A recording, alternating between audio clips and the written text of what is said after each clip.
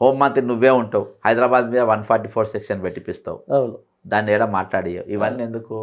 Hyderabad union territory చేసి చంద్రబాబు నాయుడును కేసీఆర్ ఎలగొట్టిండు. 10 సంవత్సరాలు ఉండేటోని అవును. ఓటుకు నోటు దొంగ కేసులు చూపించి నువ్వు ఇక్కడికి వెళ్ళి మర్యాదగా పెట్టే పేట చదువుకొని పీక్తావా, లేకుంటే నేను ఏటుగా పెట్టి లోపల వేయాలనా అని 2 మాటలకు పెట్టే చదువుకొని పోయిండు. ఓకే. ఇవాళ నా శిష్యుడు అయిండు, మేము దొంగ గురువు దొంగ శిష్యుడు కాబట్టి ఈరోజు తెలంగాణ మీద పగబడుతుండు, తెలంగాణ మీద విషం చిమ్ముతుండు.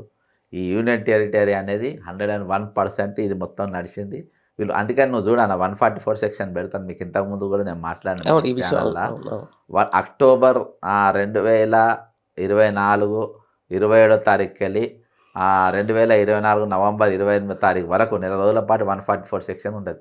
ఇక్కడ ఉన్న కేంద్ర మంత్రి కిషన్ రెడ్డి ఎందుకు పెట్టినామని అడిగాడు హైదరాబాద్ మీద, అటు అసద్ అడిగాడు, హోంమంత్రి సిపాయి బండి సంజయ్ అడిగారు. వీళ్ళు ఎవరు మాట్లాడారు, ఎందుకు మాట్లాడారు? దీన్ని వెనుక ఎప్పంచలో కుట్ర జరుగుతుంది. హైదరాబాద్ మీదనే. మళ్ళీ 4th సిటీ కాంట్రాక్టర్ ఎవరు? CM Ramesh. Okay. CM Ramesh ఎవరు?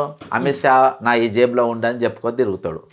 అమిత్ షా నేను నా జేబులోనే ఉంటాడు, నేను ఎవరినన్నా జైలుకు పోవాలంటే నేనే పంపుతా, మళ్ళీ చాలామంది నేనే బెయిల్ ఇప్పించిన, ముఖ్యమంత్రి పిల్లలు జైలుకు పోతే కూడా నేనే దగ్గరుండి బెయిల్ ఇప్పించి పట్టుకొచ్చిన అని చెప్పుకొని తిరిగే బాపత్గాడు.